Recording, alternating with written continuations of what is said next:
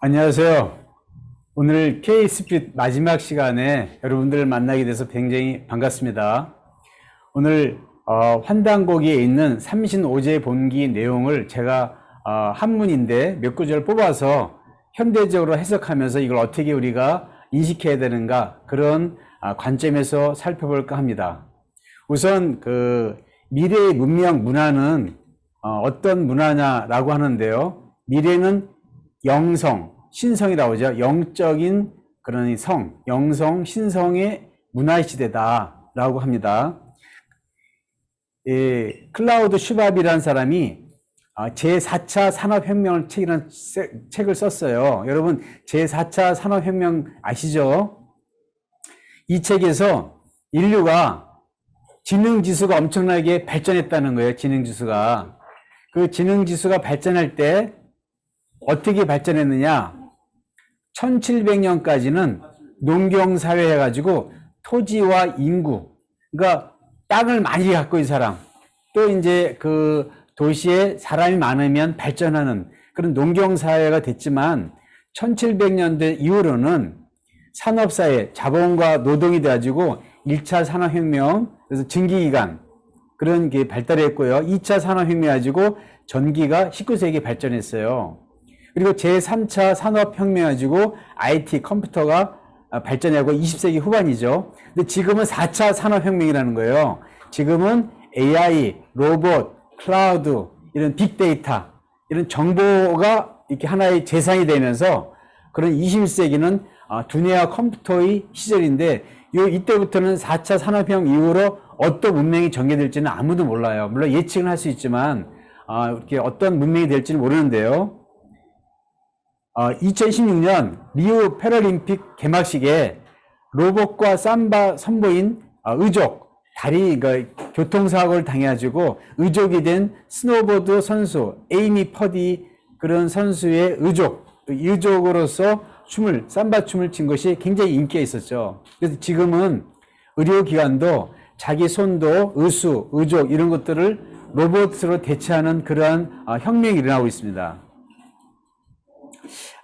여러분들 아시죠? IoT라고 해가지고 인터넷 오브 띵 해가지고는 사물 인터넷이라고 하죠. 그래가지고 요즘은 저도 이게 차 오늘 오는데 이렇게 전화 걸기 어려우면 누구누구 집에 전화해 주세요라고 하면 집 전화번호 뜨면서 바로 연결이 돼요. 그전에는 일일이 다이얼을 눌렀는데 지금은 목소리만 갖고 전화 연결해 주죠. 근데 이러한 것들이 더 이제 발달하면 차와 차 사이가 서로 사물끼리 인터넷이 돼가지고 피곤할 때는 잠을 자고 자율주행을 할 수 있게끔 하면 차가 가다가 서로 피해가는 아직 이제 개발 중이에요. 이런 스마트 카, 또 스마트 시티, 또 스마트 홈 가지고 집에 가가지고 이게 전기 냉장고 여러 가지 에어컨을 다 일일이 켜지 않고도 말을 하면 바로 켜지고 나올 때 꺼달라고 하면 저절로 꺼지고 바깥에서도 전기 어떤 그런 코드가 켜졌는가 꺼졌는가 알 수가 있죠. 그런 시절이 왔습니다. 이렇게. 그래서 IoT 그런 사물 인터넷인데 이게 점점 발달해가지고 엄청난 혁신이 일어나고 있어요. 의학계도요. 4차 산업혁명을 이끄는 기술로 생물학에 보면 여기 박스 안에 보면 DNA가 카트합니다. 이렇게. 그 카트된 DNA 안에 암이라든가 유전적으로 문제되는 것을 딱 잘라요. 잘라가지고 그걸 없앨 수가 있어요. 또 굉장히 좋은 어떤 유전자면 그거를 더 활성화시킬 수 있어요. 그런 헬티 DNA다가 그런 인설트, 집어넣기도 하고 빼기도 하는 그러한 유전공학이 발달했습니다. 그래서 앞으로는 의사가 필요 없는, 의사가 진단하는 게 굉장히 기계가 다 해주기 때문에 필요 없는 그런 시절이 온다라고 하죠. 그리고 오히려 인문학, 이런 사상이라든가 어떤 그런 이런 인문학을 더 공부를 해야지만 된다라는 그런 얘기를 하고 있습니다. 그래서 4차 혁명 시대 얘기 보면 성공 지수라고 그래요. 그러니까 이 Q라는 것은 쿼션트라고 하는 지수라는 뜻이에요. 그래서 우리가 알고 있는 IQ는 인텔리전스 쿼션트 가지고 지능 지수를 얘기해요. 과거에는 짧은 시간 내에 60분에 얼마만큼 많은 단어와 문장을 외울 수 있는가? 그걸 IQ라고 그러죠. 그건 인텔리전스 쿼션트라고 그래요. 근데 지능지수가 높으면 좋았는데 지금은 지능지수보다는 PQ 또 SQ라고 해요. 스피리추얼 쿼션트, 영적 지수. 그런 영적 지수가 높아야 된다고 합니다. 영적 지수 높으면 창의력이 발달해요. 빌 게이츠라든가 많은 사람들이 창의력을 바탕으로 이렇게 내놓는 그 문명의 이기를 우리가 이렇게 갖고 있잖아요. 이게 핸드폰이나 이런 걸 쓰고 있잖아요. 그걸 SQ, 영적 지수라고 그래요. 근데 이 SQ가 재밌게도 success, 성공 지수는 spiritual quotient, 즉 영적 지수다. 그런 이제 그 funny라고 그러죠. 말맞추기 어떤 그런 얘기를 하는데 성공하려면 영적 지수가 높아야 된다. 그런 얘기를 합니다. 근데 이 영적 지수의 이 스피리추얼 쿼션트의 그 측정 기준이 있어요. 영성 지수. 그 영성 지수의 측정 기준은 뭐냐? 그거를 감성이라고 그래요. 감성. 느끼는 거, 필링이라고 그러는데 거기에 대해서 쓴 책이 나와 있습니다. 어떤 책이냐면 이 책은 자아 폭발이라는 책이에요. fall, 타락이라고, fall은 떨어진다는 뜻이잖아요. 그러니까 인류가 어떤 고대의 황금 문명 시기에서 fall, 떨어졌다, 타락을 했다 라고 하는 그런 그 책인데 한글 제목으로는 자아 폭발이라고 했어요. 이것도 굉장히 일리가 있는 제목입니다. 그 fall, 영적으로는 떨어졌지만 그 떨어진 그 시점에 자기 개인 자아의 의식이 굉장히 발달했다는 거예요. 그러니까 자아의식이 폭발한 그런 시점부터 개인주의가 발달했고 그 지능지수가 굉장히 높아졌지만 오히려 영적 지수는 감퇴가 됐어요. 그래서 인류의 영적 지수가 감퇴가 됐는데요. 거기서 이런 얘기를 합니다. 고대 인류들은 영적 지수가 굉장히 높았다. SQ가. 그래서 나무나 바위, 강, 자연을 느꼈다는 거예요. 그들의 존재와 고통을 느꼈다는 거예요. 그래서 그런 능력이 있었다는 거예요. 고통을 느낄 수 있는. 그래서 여러분이 라즈니시라고 들어오셨어요. 인도의 굉장히 그 철학자인데 그 라즈니시보다 더 아주 이렇게 사실은 잘 모르지만 영적으로 뛰어난 그 마하리시라는 분이 있어요. 마하리시. 이 마하리시는 식물의 고통과 동물의 고통을 느꼈어요. 그래서 사람들에게 그 많은 얘기, 영적인 얘기를 전해주다가 갑자기 통증을 느끼는 거예요. 막 아파요. 자기 몸이 아프다고. 근데 왜 그러냐? 그 옆에 그 좀 떨어진 곳에 어떤 사람이 가위로 식물을 이렇게 자르고 있었어요. 식물을.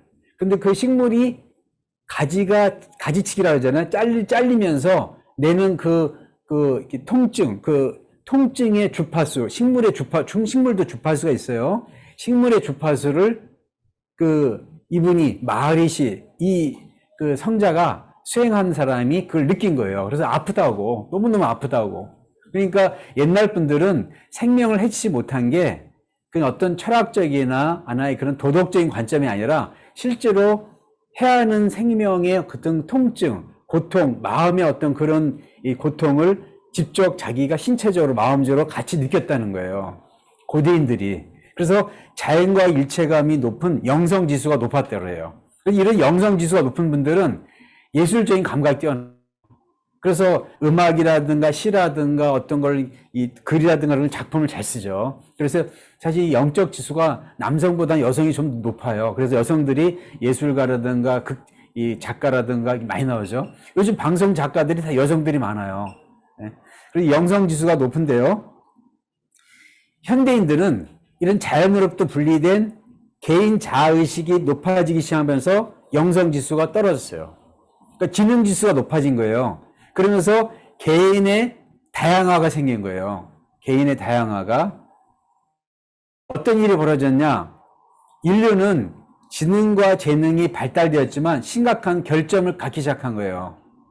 그러면서 인류는 일종의 6,000년 전부터 집단적 정신병을 앓았다 그래요. 굉장히 이 문구가 충격적인데 집단적 정신병의 결과 동물의 세계에서도 집단 내에서 집단 사육, 학살, 그런 전쟁 없어요. 물론 이제 먹이 갖고 서로 싸우는 경우 있고 또 옛날 6,000년 이전에도 개인 간의 살인이라든가 어떤 그런 게 있었어요. 뭐 그런 게 전혀 없었던 건 아니에요. 그러나 전쟁을 목적으로 한 부족을 죽이려고 계획하고 그 다음에 숨어서 습격하고 그런 일은 없었습니다. 그게 6천년 이후부터 시작돼요. 그같이 이 동물의 세계에서도 예를 들어 이제 우리 마을에 보면 뭐 멍멍이 그 뭐 이렇게 삽살개 그런 개들 한 10마리가 이웃집 개를 습격하려고 모의 작당하고 가서 습격하는 경우도 간혹 있겠지만 드물죠. 이렇게 그 보통 한두 마리가 싸우다가 이게 번지는 경우 있어도 이와 같이 종족 가운데 사람을 죽이기 위해서 서로 이렇게 같은 종족인 사람을 죽이기 위해서 전쟁 무기 개발하고 그다음에 계획하고 그런 전쟁 전술을 이렇게 그 공부하는 그런 종이 없습니다. 우리 인간만이 유일하게 몇천 년부터 그런 학문이 점점 발달해서 지금 전쟁하기 하나의 필수 과목이 되다시피 했습니다. 이렇게. 그러면서 이제 어떤 일이 벌어지냐면 천지 자연을 정복과 소유의 대상으로 인식을 해요. 그래서 여러분 보시죠.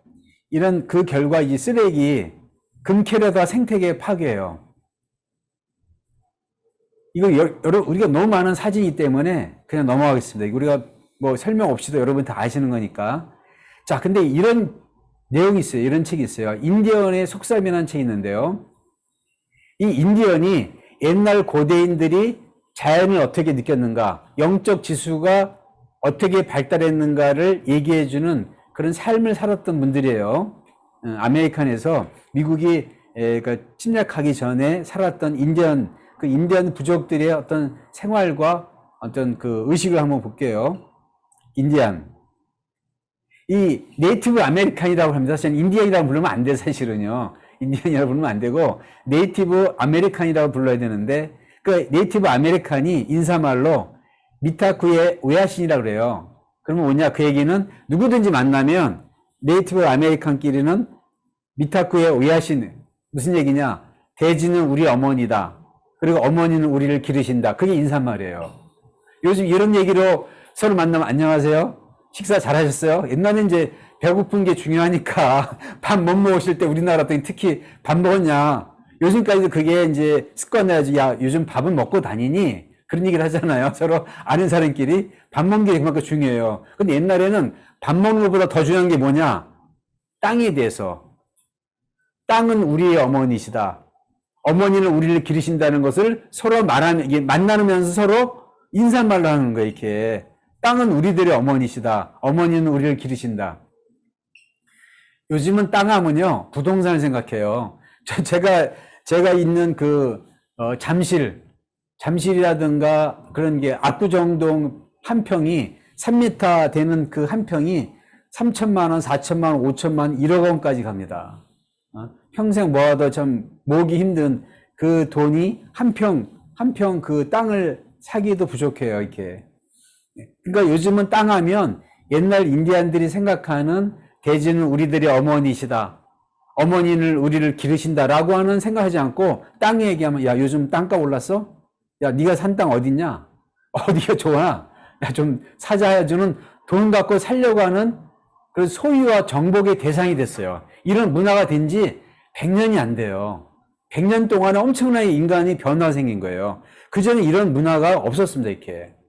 사고 판다는 게 중세 유럽에도 그게 그 신에게 부끄럽다. 그래가지고 돈을 빌려준 사람이 몰래 빌려줬어요. 예.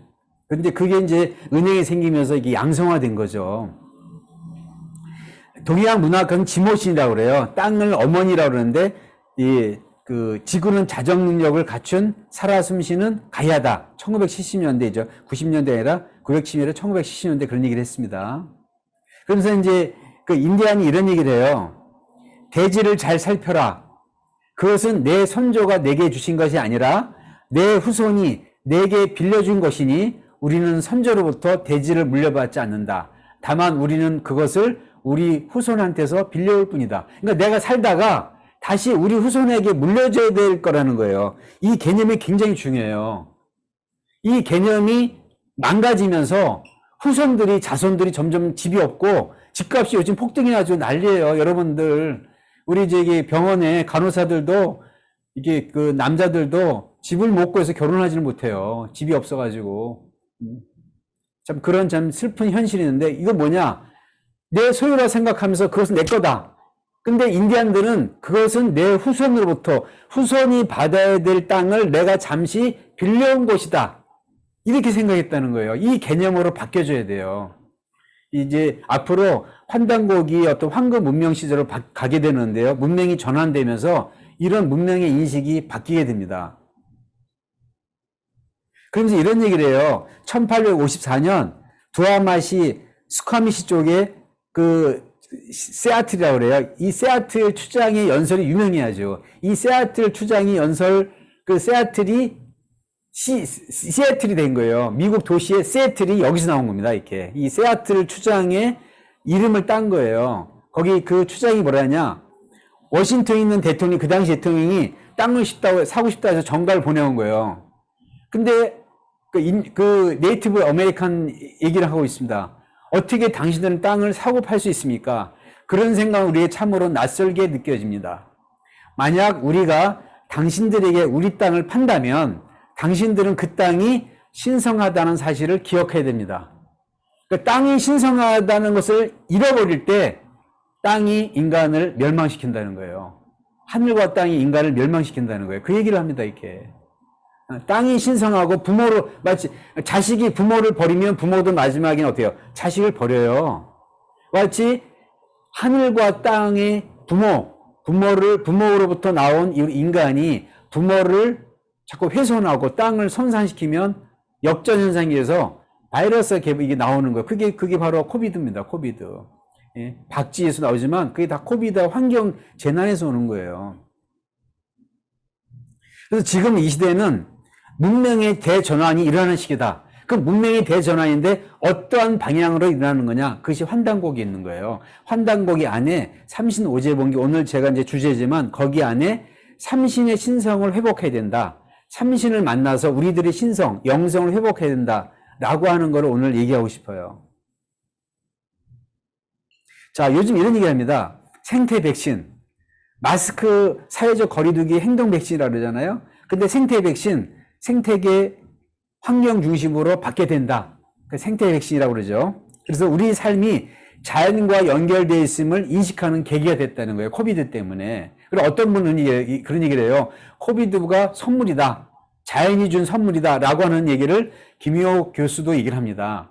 왜냐? 물론 사람이 많이 죽고 슬픈, 경제적으로 어렵지만 어떤 면에서는 인간으로 하여금 자연을 인식하는, 자각하게 되는 그런 계기가 됐다는 거죠. 이런 일을 또 해요. 모이라 팀스는 미래 연구가인데 지금 전 인류는 운명 공동체로서 개벽의 파도를 함께 타고 있다. 개벽의 파도 타기는 우주의 자연적인 진화의 계획이 있는 한 피할 수 없는 주기적인 사건이고 이 개벽의 파도의 일환이 뭐예요? 지금 코비드예요. 그래서 상고시대의 신성, 영성을 한번 우리가 살펴보는데요. 영성을 회복할 수 있습니다. 영성 지수를 상승시킬 수 있어요. 여러분들이 영성 지수를 상승시키잖아요. 그러면 지능 지수 상승시키려고 노력하는 것보다 영성 지수 상승시키려고 하면요. 굉장히 지능 지수도 같이 상승이 되고 더 아주 이렇게 생활이라든가 석세스, 그 모든 것을 성공할 수 있어요. 우리가 이런 컵을 보잖아요. 컵. 이런 컵을 보면요. 우리들의 머리 이성적인 부분이 있어요. 이성. 그리고 감성이 있어요. 그리고 영성이 있습니다. 신성이라고 나오고 영성이 있는데요. 그 하나가 부족하잖아요. 그러면요. 부족한 물 이상으로 채울 수가 없어요. 절대 물은요. 컵에 여기에 뻥 뚫어져 봐요. 요만큼 이렇게 뻥 뚫리잖아요. 그럼 이 이상으로 물이 차오르지 않습니다. 여러분이 영성이 감퇴가 되잖아요. 영성이 개발이 안 되면 지성을 높이려고 하더라도요. 지성이 한계가 와요. 그래서 지성을 높이려고 하는데 영성이 감퇴가 되면요. 성격이 이상해져요. 책만 보고 머리가 좋아지는데 암기가 잘하는데요. 대학교에서 공부 잘하는데 남을 무시해요. 그래서 사람들하고 어울리지를 못해요. 왜 그런지 아세요? 영성이 감퇴가 된 거를 모르는 거예요. 영성을 개발해야 되는데 지성으로만 간 거예요. 암기만 하고 그냥 머리 좋은 난리지 지식적인 것만 추구하다 보니까 인간의 영성, 감성을 무시하다 보니까 물이 컵에 다 차지 않으니까 어때요? 이게 바닥이 드러나는 거예요. 그 사람이 밑바닥이. 그런 경우 굉장히 많아요. 여러분들이. 그래서 여러분들의 신성과 영성을 회복하는 거를 환단고기에서 오늘 K-스피릿 마지막 시간에 꼭 여러분이 신성과 영성을 회복하는 방법 한 가지는 꼭 제가 알려주고 가싶다. 그래가지고 오늘 가급적이면 이론적인 부분은 제가 이렇게 빨리빨리 지나고 뒤에 제가 실습하는 시간을 좀 갖도록 하겠습니다. 자, 이 환단고기 안에 이런 내용이 있어요. 자, 문장 딱 하나만 제가 이렇게 어렵지만 한번 살펴보면 영지의 삼식이 즉이라는 것은 즉 이꼬로 위라는 것은 뭐가 된다라고는 동사예요. 영각생 삼원이 된다라고 하는 뜻입니다. 그래서 영지의 삼식은 뭐냐? 영식이 있고요, 지식이 있고 의식이 있습니다. 영식은 영적인 안다는 암이죠. 지식은 지적인 암, 의식은 생각하게 하는 그런 암이에요. 그래서 영식에 의해서 내 혼의 영적인 부분이 개발이 돼요. 그래서 영혼이라고 그래요, 그걸요. 그리고 지식에 의해서 내 혼의 지적인 부분이 각성이 돼요. 그걸 각혼이라고 그래요. 그리고 혼의 의적인 생각하는 생혼이라고 그래요. 그래서 생각하는 의지가 강하면 혼의 어떤 생혼이 강해지고 영적인 힘이 강해지면 혼의 영혼이 영성이 개발이 돼요. 근데 우리는 영혼하지만 영성을 개발하지 않기 때문에 우리들의 영혼을 보지를 못해요. 영혼의 빛도 보지를 못해요. 여러분들이 자기 이 영혼이 육체에서 벗어나서 유체이탈이라고 그래요. 이게 유체이탈을 하는 거를 경험하신 분이 있는지 모르지만 저는 학생 때, 대학교 때 경험을 했고 지금도 수행하면서 그런 영성을 개발하고 있거든요. 근데 안타깝게 많은 이제 중학교, 고등학교, 대학교 지나면서 어른이 될 때까지 이 영적인 영적인 지식을 가르쳐 주지 못해요. 종교에서도 그냥 신앙만, 믿음만 강조하지 영적인 알물, 그런 지식을 얘기해 주지 않기 때문에 그 방법을 몰라요. 근데 그 방법이 환단고기 안에 사실은 잠재되어 있어요. 그 한단고기에 있는 걸 끄집어내서 우리가 K-스피릿 다시 그거를 살려야 돼요. 이렇게 그걸 여러분이 꼭 배우기를 제가 이렇게 한번 이렇게 말씀드리고 싶고요. 자, 영이라는 단어를 보시면 비우자 밑에 입구자가 3개가 있어요. 그리고 거기 보면 제사장이나 무라는 뜻인데 사람이 두 명 있고 위하고 아래를 연결한다는 뜻이에요. 그래서 제사장이 삼신에게 천재를 지내고 하늘에서는 비같이 지극한 기운이 내려온다라고 하는 뜻이 영이라는 뜻입니다. 제가 영이라는 뜻을 이 영을 가만히 들여다보면서 연구를 하면서 사전을 찾아오면서 결국은 이런 뜻이다. 비가 내려오게 한다. 제사를 지내면서 자, 영혼과 영성을 정명은 뭐냐? 이름을 밝힌다는 뜻이에요. 영혼은 영적인 혼의 영적인 면이고 영성은 영적인 본성, 성품 가운데 본성의 영적인 면이죠. 약간 다르죠. 영혼할 때하고 영성이라고 할 때는 약간 좀 그 느낌이 이게 언어적인 느낌이 달라요. 그래서 내 본성에 지성이 있어요. 지적인 면이 있고 이치적인 이성이 있어요. 근데 지금은 이성과 지성을 강조할 시대입니다. 근데 앞으로 시대는요, 영성을 우리가 알아야 돼요. 신성이라고 하는 영성을 알아야 됩니다. 그래서 우리들의 영성은 영식이라는 그런 영적인 것을 오늘 제가 이제 환단곡을 통해서 이런 신성을 알 수 있는 그러한 얘기를 하잖아요. 이를 통해서 영적 성장을 해요. 그래서 삼식의 바탕은 본성 참나인데 이런 영성, 지성, 이성이 골고루 발달하면서 본성을 깨닫는다는 거예요. 그래서 현대 문명이 대전하는 지식에서 영식이라는 단어를 여러분이 꼭 한번 기억해 두세요. 지식만 있는 게 아니다. 영식이 있다. 영적인 암을 알아야 영성이 개발되면서 앞으로 현대 새로운 문명의 리더가 될 수가 있습니다. 자, 그러면 제가 만유 생명의 뿌리인 일신, 삼신을 느끼고 알아야 신성, 영성이 회복된다. 제가 오늘, 여러분들에게, 우리 고등학생, 우리 중학교, 여러분들 만나서 무슨 얘기 할까? 내가 대학교 때 이 신성, 영성을 수행하면서 한 걸 바탕으로 어떤 얘기를 전해줄까 하다가 한 문장을 제가 정리했어요. 만유 생명의 뿌리인 일신, 생명의 뿌리가 일신이거든요. 그래서 일신, 신성이라는 거예요. 우주의 대신성을 일신이라고 그래요. 그 대신성은 세 개의 신성으로 작용한다는 거. 그게 삼신이에요. 일신과 삼신은 뭐냐? 우주의 대신성이 세 개의 신성으로 발휘가 된다는 거예요. 그 세 개의 신성이 우리 몸에 있어요. 이 상단전과 중단전과 하단전이 있거든요. 그건 마지막 시간에 얘기를 할게요. 끝에 가서. 그래서 그걸 느끼고 알아야 신성과 영성이 회복된다는 거예요. 자, 우리가 드라마 하나 보겠습니다. 요즘 인기 있는 드라마죠. 홍천기 드라마. 예.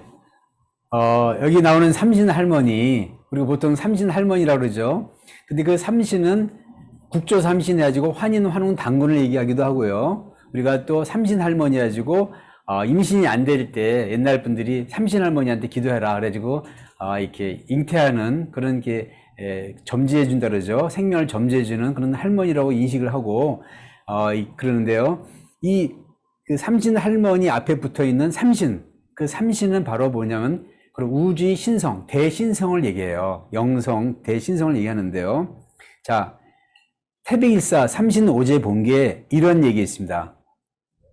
대시의 상하사방이 증미견 암흑하고 와서 쭉 내려오거든요. 그래서 어려운 글자는 다 빼고 거기에 유삼신하니, 삼신이 이때 유는 있다라는 뜻이에요. 삼신이 있으니 즉 일상제야. 하나의 상제를 얘기하고 주체적 그 주가 되는 바탕, 체가 바탕이란 뜻이에요. 그 바탕은 즉 일신이시니 비각 유신이하라. 그러니까 비라는 것은 아니다는 뜻이에요. 비각, 각은 각각의 신이 있는 것은 아니다. 이게 뭐냐? 삼신을 해가지고 신이 셋이 있다는 건 아니라는 뜻이에요. 신이 셋이 있는 게 아니고 작용한 즉 작용이 바로 삼신. 그러니까 삼이라고 하는 작용한다 이거죠. 그게 무슨 얘기냐면 우리가 팔 있잖아요. 팔 있으면 여기 완관절, 견관절, 주관절이라고 그래요. 그래서 팔은 하나지만 작용은 셋으로 작용해요. 어깨 아프냐 그럴 때 여기 잡으면서 어깨 아프냐 그러지 않잖아요. 팔목 아프냐, 팔뚝이 아프냐, 어깨 아프냐 그러잖아요. 그와 같이 이와 같은 3등분을 하는 팔 자체는 하나예요. 하나인데 작용할 때는 셋으로 이루어졌어요. 희한하게 우리 인체의 구조는요 3으로 이루어졌습니다. 삼신의 신성을 받았기 때문에. 그래서 이런 생물 가운데 인간이 가장 삼신하고 연관이 많아서요. 보시면 여기도 손가락도 3마디예요. 그리고 이거는 2마디 되니까 음양으로 돼 있어요. 그리고 5개는 삼신오제 본계에서 5라고 하는 숫자를 따가지고 오행이에요. 오행. 그래서 손가락이 5이에요. 육손도 있다 그러네요. 아직 제가 지금까지 살면서 육손을 만나보지 못했어요. 육손과 사손을 못 봤어요.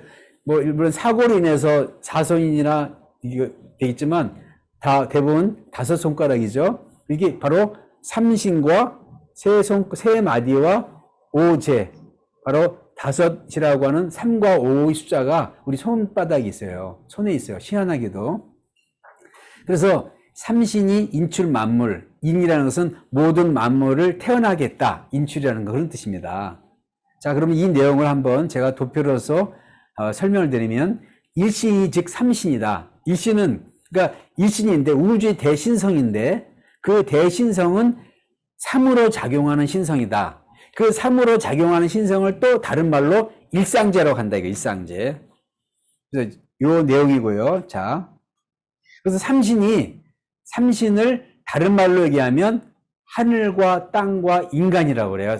삼신의 그런 신성이 발현된 그걸 자기 현현이라고 그래요. 자기 스스로 현현은 뭐예요? 이게 드러났다는 뜻이 현현이라는 뜻이에요. 자기의 어떤 신성이 드러난 것은 바로 천일, 지일, 태일 가지고는 바로 하늘과 땅과 인간인데 이때 인간은 일반 인간이 아니라 하늘과 땅의 신성을 느끼고 그것을 자기가 자기 몸으로 체득화한, 즉 그걸 이렇게 체화하지 몸과 마음으로 그걸 하나가 될 정도의 인간을 태일이라고 그래요. 태일. 원래는 인이라고 해야 되는데 태자를 붙인 것은 인일이지만 하늘과 땅보다 더 어떻게 보면 소중한 존재다라고 해가지고 태일이라고 부르세요. 대보다 더 큰 거를 태라고 그래요. 대보다 클 대인데요. 대보다 더 크다 해가지고는 점 하나를 더 찍어요. 그래서 태일이라고 그래요. 태일.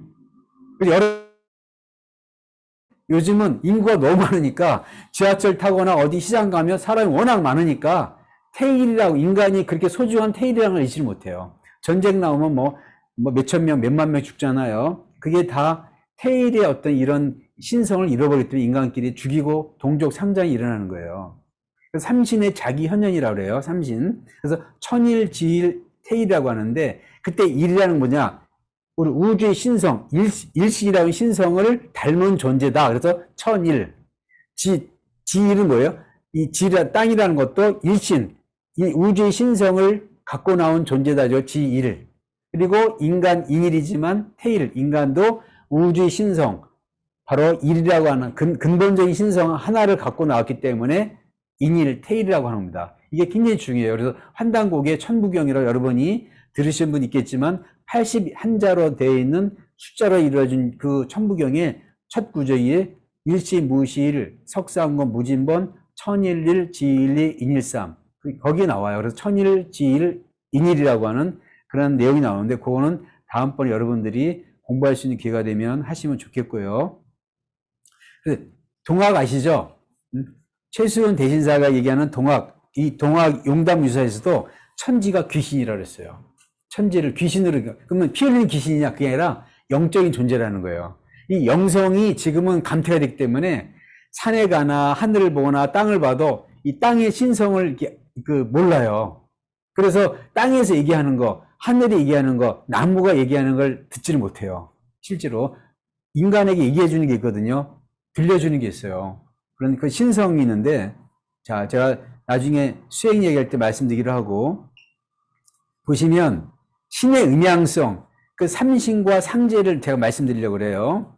삼신을 상제라고 하는데, 이 삼신은 무형의 하나님이에요. 원신이라고 그래요. 근원적인 신이다 해가지고 원신이라고 하는데, 무형의 하나님이라고 그래요. 그래서 프리모디얼 가드라고 그래요. 근데 유형의 하나님이 계세요. 유형의 하나님. 그걸 상제라고 그래요. 그래서 무형의 하나님과 유형의 하나님, 삼신 상제할 때 삼신은 무형의 신성을 얘기하고, 무형의 신성을 주재하신 하나님을 또 상제, 하나님이라는 거예요. 그래서 이 두 가지 개념이 있는데, 종교에서 이게 혼동이 되면서 잘 이게 이해가 안 되는 거예요. 그래서 무형의 신성, 그 무형의 신성을 삼신이라고 그래요. 그 무형의 신성을 주재하시는 하나님을 상제님, 하나님, 가드 이렇게 얘기합니다. 그래서 그런 신성을 주재하는 거예요. 그래서 그거를 호칭을 뭐라 하냐? 삼신일체 상제라고 그래요. 삼신을 주재하는, 한 몸같이 주재한다 해가지고 상제. 그래서 뒤에 있는 상제는 인격적인 그런 하나님을 얘기하고요. 앞에 있는 삼신은 비인격, 우주의 신성을 얘기해요. 그래서 이 우주의 신성을 바탕으로 인간이 나왔어요. 그래서 우리가 흔히 알고 있는 조물주라고 알고 있는 그 조물주가 삼신인데요. 그 조물주, 종교에서 얘기하는 그 조물주인데, 그 조물주가 어떤 민족만, 어떤 종교만 믿어서 그 종교를 믿는 사람만 사랑하고 믿지 않는 사람만 안 사랑하고, 그게 아니에요. 삼신은 종교에 상관없이, 어떤 민족이 상관없이, 모든 인연에 상관없이 모든 사랑을 베푸는 신이에요. 신성이에요. 우리가 바다를 보면요, 이 바다에 상어도 있고 고래도 있고 여러 가지 있습니다. 그러면 잡아먹는 상어는 없어야죠. 그렇지 않잖아요. 이 자연을 보면 다 이렇게 먹고 사슬 있잖아요. 먹이 사슬 있잖아요. 그 먹이 사슬에 어느 한 종족에만 은혜를 베풀지 않고 골고루 가거든요. 그래서 삼신이라고 그래요. 그래서 삼신의 신성은 이 피부 색깔이나 이념이나 종교에 상관없어요. 어떤 특정 종교를 믿는다 해서 그 종교인들만 사랑하는 그런 하나님이 아니세요. 삼신은 보편적인 하나님이에요. 보편적인 하나님. 이거를 우리가 꼭 알으셔야 돼요. 자, 하와이에서 발견된 대한제국 애국가에 이런 얘기 있어요. 상제는 우리나라를 도우소서, 그런 얘기를 했습니다. 상제는 우리나라를 도우소서 할 때 이 상제, 보편적인 신성, 우주의 신성을 주재하시는 인격적인 하나님을 상제님이라고 그래요. 그래서 그 한단곡에는 상제라는 말이 되게 많이 나와요. 삼신과 상제라는 말이 나오는데, 그거에 대한 내가 정의를, 신관을 통해서 정의를 해드리는 거예요. 그걸 이해하지 못하면 한단곡이 종교적인 서적으로만 인식을 하게 돼요. 이거는 특정 종교의 책이 아니에요. 한단곡에는 옛날에는 다 그렇게 무형의 신성 삼신과 그 무형의 신성 삼신을 주관하는 상제임을 동시에 두 존재를 생각하면서 자연을 느꼈다는 거예요. 그게 환단고기의 내용이에요. 자, 이 옛날 이제 이게 대한제국 애국과 같이 상제는 우리 황제를 도우소서라고 하는 옛날 한글이죠. 자, 삼신의 세 가지 창조성. 조금 더 어려운 내용인데, 요거까지만 우리가 원문을 보겠습니다. 그러면 개라는 것은 살펴본다는 뜻이에요. 부라는 것은 무릇. 삼신을 살펴보니, 왈이라는 것은 말하다, 일러, 그런 뜻이에요. 일과 같이 비슷한데 아니에요. 가로알이 가지고 이게 다르겠습니다. 천일, 삼신의 천일이 있고 지일이 있고 태일이 있다. 그러니까 천일은 주로 조화, 창조하면서 변화하게 하시고, 지일은 교육을 시키면서 변화하게 하시고, 그 다음에 태일은 치라는 것은 통치하면서 변화하게 하신다. 라고 하는 그 내용이 있습니다. 자, 그래서 이 테일이라고 해서 아까 삼신 가운데 테일인데 그 테일 문화가 일본에 이렇게 있어요. 그래서 이분들이 테일 문화 축제할 때 테일을 들고 가는데 테일이 어디서 나오는지 몰라요. 왜? 환단곡이 원서가 없기 때문에. 근데 그 테일이 바로 삼신에서 나오는 거예요. 천일, 지일, 테일에서 나오는 겁니다. 부의 천재 영고제도 삼신 하나님을 맞이하는 천재 축제 대동굿이에요. 신라 고려의 천재 팔관이고요. 그리고 고려의 원구제도 이렇게 삼신을 느끼는 거예요. 삼신을 느끼는 거. 대한제국 천재 부활해가지고 이때 고종이 1897년 원구단을 지어 천재를 봉행하고 대한제국을 선포했습니다. 이때 천재는 바로 삼신께 제사를 지내는 거였어요. 그리고 상제님께 제사를 지내는 거였어요. 그래서 삼신과 상제님, 삼신상제님 통칭해서 그렇게 전체를 얘기해서 삼신상제님에게 그런 제사를 지내는 축제였어요. 천재가. 그리고 제사를 지내서 같이 놀고 그랬죠. 소도는 천재를 올리던 신성한 성지인데요. 이 소도의 새는 이 다리가 셋이에요. 왜 셋이냐? 삼신을 매개하기는 세기 때문에 다리가 셋이에요. 그래서 이 삼신을 매개하는 새인데 그 삼신의 신성을 매개하는 새가 태양조라 그래요. 태양조. 태양에 이렇게 보면 흑점이 이게 새같이 옛날 분들이 봤나 봐요. 고대인들이. 그래서 하늘의 신성을 매개하는 그런 새를 태양조인데, 태양조는 검다고 봤어요. 그리고 검을 현자를 가지고 현조라고 해요. 이 태양조를. 그 태양조는 현조인데, 이게 이제 와전이 되면 내려오면서 까마귀로 와전이 된 거예요. 왜 까마귀로 와전되냐? 우리나라 전통 어원에 감하고는 까맣다는 뜻이에요. 현조, 태양조, 이거는 신성한 삼신을 매개하는 태양조가 까맣기 때문에 감하고인데, 그게 까마귀도 까맣기 때문에 까마귀. 그래서 우리가 이 태양조를 상징하는 그 새가 까마귀인 줄 알아요. 사실 까마귀가 아니에요. 까마귀 아니라 감하고예요. 감하고 검다고 하는 검다는 것은 현묘하다, 조화를 상징해요. 조화. 그래서 옛날에 이런 수행할 때 현이라는 글자가 제일 많이 나와요. 현현 묘묘한다, 현묘하다. 수행의 단계가 그 얘기라는데, 감하고 태양조를 상징하는 새가 있으면 거기를 침범하지 않았어요. 천재를 지내던 신성한 성지였어요. 그래서 범죄자들도 그 안에 들어가면 잡지 않고 이렇게 했던 그런 곳이었습니다. 일본 신도는 이런 제천의 옛 풍속이었다. 신도는. 그리고 일본 도리 원형 한국 소떼하고 똑같죠. 소떼와 같이 신사의 도리는 신을 모시는 기둥이다. 그런 뜻이었습니다. 그리고 일본 16세 인덕 왕릉 전방 후원이라 가지고요. 앞에는 이렇게 이 방이라는 것은 네모났던 걸 방이라고 하고요. 원이에요. 그래서 앞에는 네모났고 뒤에는 동그랗잖아요. 그게 능의 능. 이게 바로 하늘은 동그랗고 땅은 네모나타.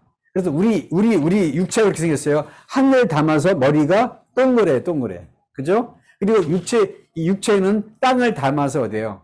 이게 사각형으로 되어 있죠. 이게 사각형으로. 그래서 땅은 에너지를 모아요. 에너지를. 그래서 몸이 모으다의 준말이에요. 모든 에너지를 모으는 곳. 그건 몸이란 뜻이에요. 이렇게. 땅은 에너지를 모아서 생명을 잉태하는 곳이에요.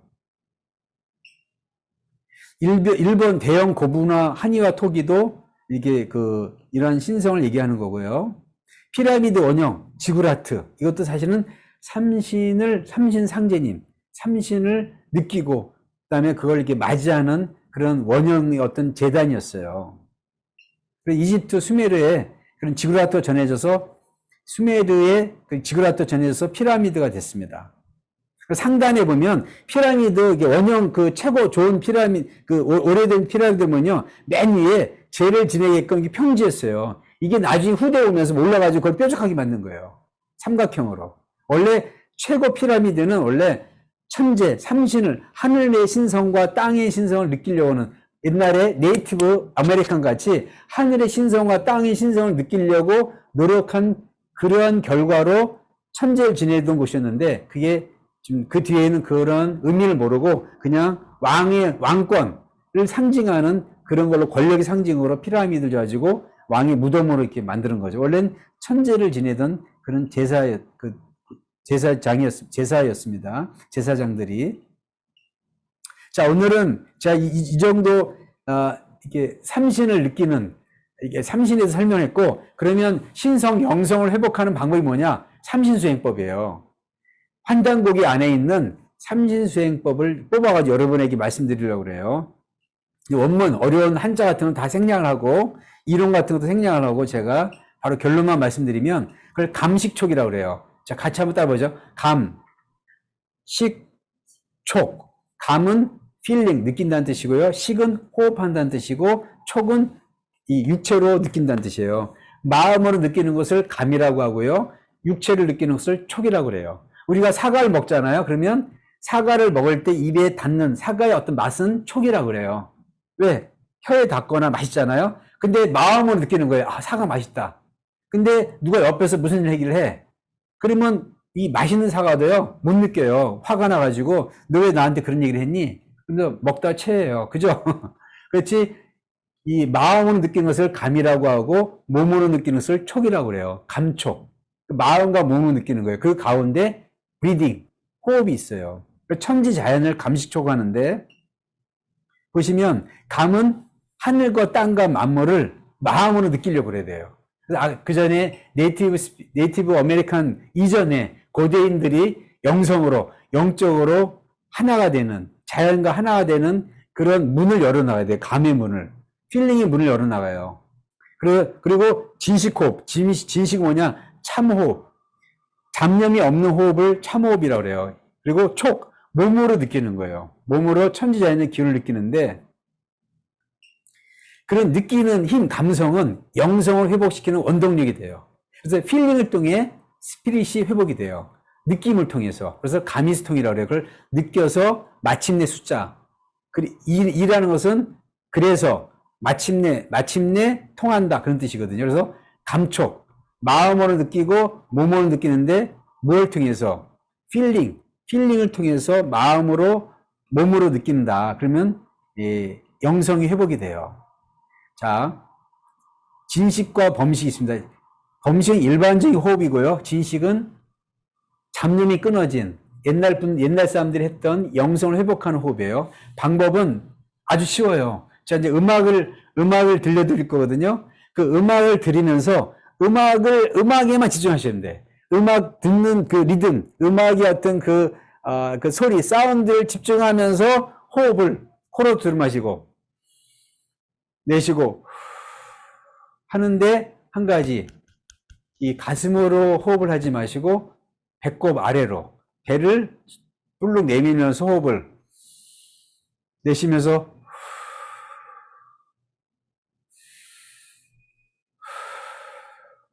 이렇게 하시면서 음악을 들으면 돼. 그럼 영성이 회복이 돼요. 왜 이렇게 간단하냐? 근데 간단하지가 않아요. 생각이 잡념이 많아요. 그런데 연습을 하면 자꾸 잡념이 없어져요. 나는 이제 새벽마다 이걸 수행을 해요. 소리 수행까지, 소리까지 내면서 하는데, 한 번은 아침에 수행을 하는데, 갑자기 내가 이제 차를 몰고 다녀요. 병원장 차를 몰고 다니는데, 차를 몰고 가는데 갑자기 내 수행하다 본 거예요. 이렇게. 갑자기 차가 앞차하고 부딪혀서 사고가 났어요. 그걸 본 거예요. 깜짝 놀랐죠. 수행하다 그게 아주 영화 장면같이 생생해 보여요.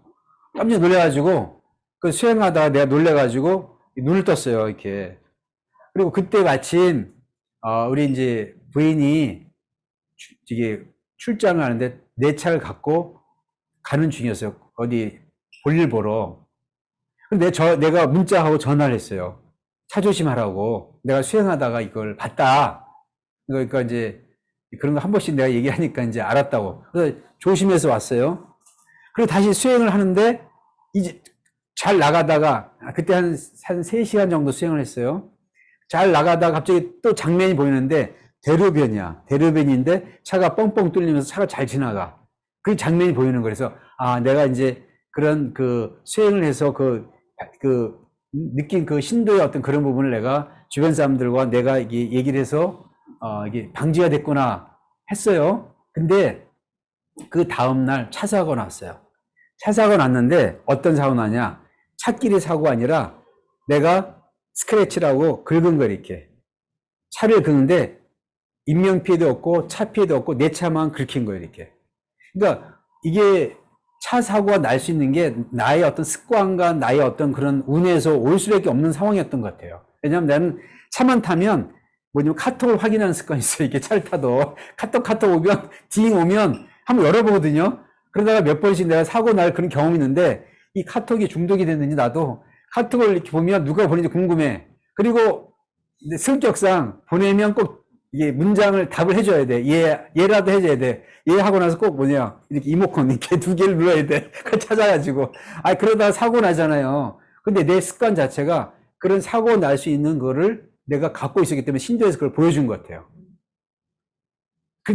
내가 그 뒤부터는 이제 그 사고 난 이후부터는 절대로 차를 타면 카톡을 내가 열어보지 않는다. 오늘도 오면서 열어볼까 하다가 열어보지 않는다 하고 안 열어보고 왔어, 지금까지.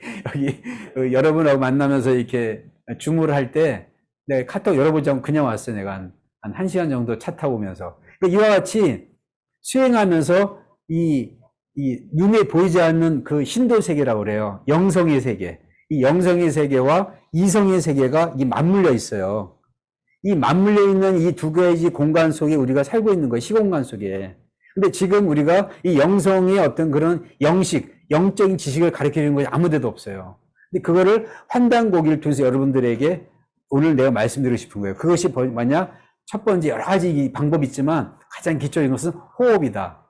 호흡을 하는데 잡념이 없이 호흡을 하면 아까 얘기한 우주의 신성, 우주의 영성의 그런 에너지가 호흡을 통해서 들어와. 근데 내가 잡념이 많잖아요. 그러면 산소만 들이키지 우주 영적 에너지가 내 몸에 축적이 안 돼. 잡념이 많으면 영성이 끊어져요. 그래서 잡념이 많고 지식이 많고 자꾸 고민이 많잖아요. 그럼 영적인 감퇴가 일어나요.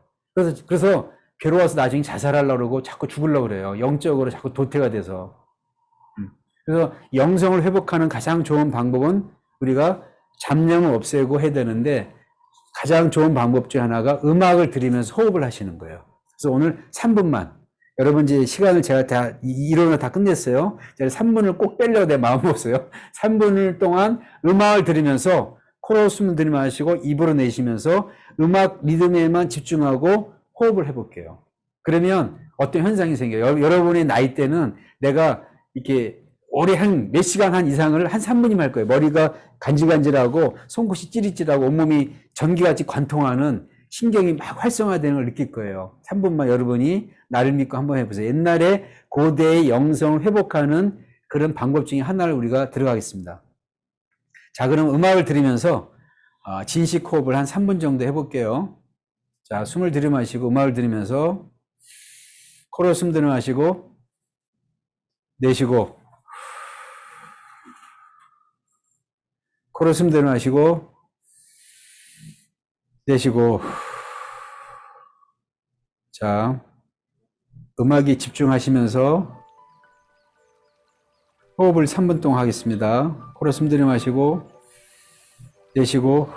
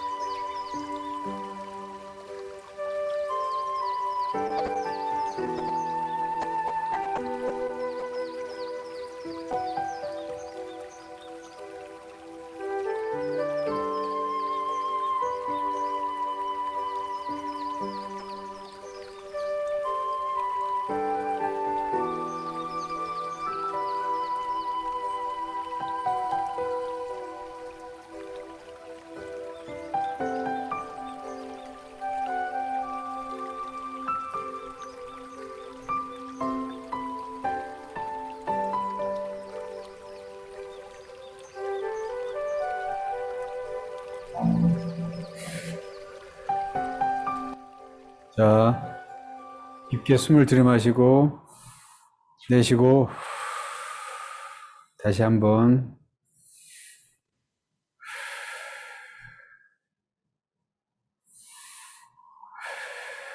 예, 천천히. 3분이 금방 갔어요. 만약에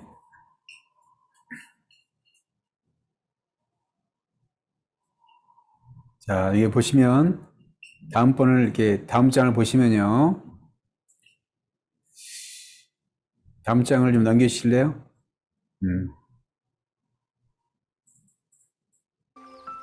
다음 장 슬라이드. 자, 우주란 유니버스가 있어요. 그런 단어가 있는데 유니버스에 유니라는 것은 유니크, 유일한다는 뜻이고요. 버스라는 것은 이렇게 음절, 멜로디, 그런 노래라는 뜻이에요. 버스가. 그래서 유니버스가 원래는 하나의 멜로디, 하나의 노래라는 뜻이에요.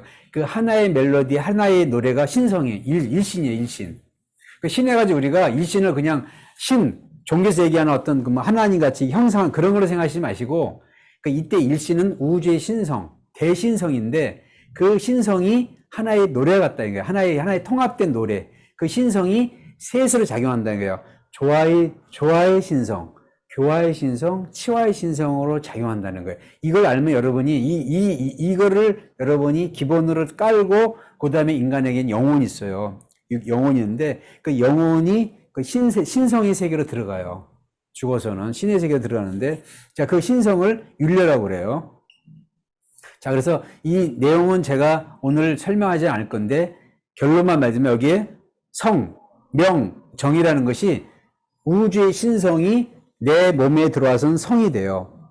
본성이 되고 내 몸에서는 생명이 되고 또 내에서는 정이 되는 겁니다. 이렇게 성명정이라고 해가지고 여러분이 이 단어를 한번 기억해 두시는 게 좋아요. 그래서 성명정. 우리가 보면 옛날에 우화량에 출토된 5,500년 전에 수행하는 여신상 이걸 보신 적 있을 거예요. 이 여신상과 남신상이 입을 벌렸어요. 수행하는 모습이에요. 옛날에 이게 보편적인 그런 신성을 회복하는 방법 중에 한 가지를 이 소리 수행을 했던 겁니다. 이렇게 소리 수행인데 이때 신성 우리 우주의 어떤 신성 가운데 조화신성, 교화신성, 치화신성 조화신성이 발달하면 어떤 일이 벌어지냐면 창조 능력이 발달해요. 그래서 이런 인터넷, 이런 카메라, 이런 이렇게 핸드폰 이런 것들이 조화신성, 조화신을 받아서 인간이 그거를 창의적으로 개발하는 거예요. 없는 걸 만들어내잖아요. 그걸 창조라고 그러잖아요. 그걸 조화성이에요. 그래서 조화신성이 발달한 사람들은 뭘 창의적인 걸 잘해. 뭘 만들어내. 교화신성이 발달하면 남을 잘 가리켜. 그리고 남에게 뭘 이렇게 잘 상담을 해. 그리고 교화를 시켜줘. 상대방을. 카운셀 해줘요. 그 교화, 그래서 친구 가운데 그 친구한테 상담받으면 마음이 편해. 그 교화신성이 발달한 거예요. 치화신은 뭐냐? 통치하는 거. 질서. 그래서 조직을 오르가니즘 잘해. 사람들 잘 묶고 조직화해. 그런 치화신이에요, 그거를. 그런 조교치라고 그래요. 그 단어 하나만 빼서 우리가 쉽게 해서 조교치, 조화를 중앙에 놓고 교화치예요. 이 조교치 삼신성이 우리 몸에선 수직으로 성명정이다. 요까지는 기억해 주세요. 이 성명정을 열어야 돼요. 이 수행을 하면 성이 열리잖아요. 성이 열리면 아까 같이 나한테 일어날 불의의 사고를 보게 돼요. 그걸 예지 능력이라는데 그게 그 사이코 어떤 이게 심리적인 어떤 사이코 파워라고 그러거든요. 그 사이코 파워가 어떤 그런 마블 영웅 그런 거기서 나오는 게 아니라 실제로 인간의 어떤 심리 어떤 현상이 과학으로 또 이렇게 하다가 그게 너무 이제 판타지로 간 거죠. 근데 이런 성이 열려요. 그리고 명과 정이 열리는데 요거에 대해 구체적인 것은 다음번에 이제 수행 시간이 많이 있다면 체험과 더불어 이름을 말씀드리려고 오늘 딱 한 가지 호흡을 음악을 들으면서 하면 여러분이 엄마한테 아빠한테 아니면 친구한테 속상해가지고 마음이 어두울 때 잠이 안 올 때 그때 음악 듣고 막 하지 마시고 눈 감고 호흡을 하다 보면 금방 잠이 와요. 그리고 마음도 편해지면서 그러니까 여러 가지 생활이 안정이 됩니다. 자, 오늘 이렇게 1시간 정도 이렇게 말씀을 드렸고 질문사항이 있으면 질문 받고 없으면 마치도록 하겠습니다.